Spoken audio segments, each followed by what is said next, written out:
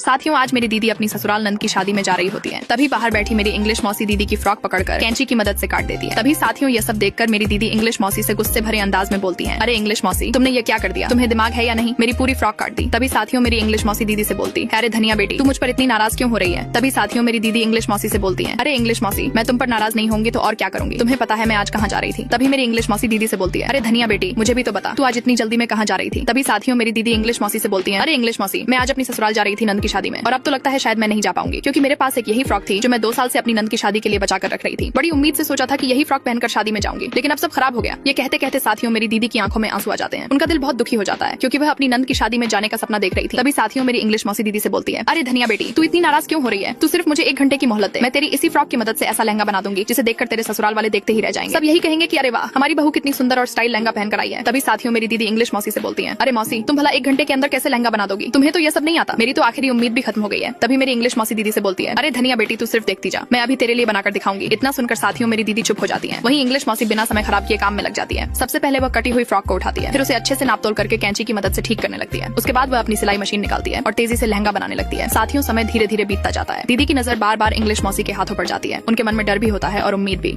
उधर इंग्लिश मौसी बिना रुके लगातार सिलाई करती रहती है। कुछ देर बाद कटी हुई फ्रॉक का रूप पूरी तरह बदलने लगता है। धीरे धीरे एक सुंदर लहंगा तैयार होने लगता है। ये देखकर दीदी भी हैरान रह जाती है। साथियों, अब देखना यह है कि क्या इंग्लिश मौसी 1 घंटे के अंदर दीदी के लिए सुंदर लहंगा तैयार कर पाएंगी या नहीं, और क्या मेरी दीदी अपनी ससुराल नंद की शादी में जा पाएंगी या नहीं। मगर उसे देखने से पहले रुक जा बालक, तू चाहता है तेरी माँ की उम्र 100 साल हो जाए तो इस लड़की की वीडियो को लाइक और चैनल को सब्सक्राइब कर ले, और कमेंट बॉक्स में आई लव मॉम जरूर लिख कर जाना। ये मेरा वचन है, तेरा कल्याण होगा। साथियों, लास्ट में मेरी इंग्लिश मौसी ने धनिया दीदी के लिए कितना सुंदर लहंगा बना दिया, जिसे देखकर मेरी धनिया दीदी के ससुराल वाले उस लहंगे को सिर्फ एक पल को देखते ही रह गए।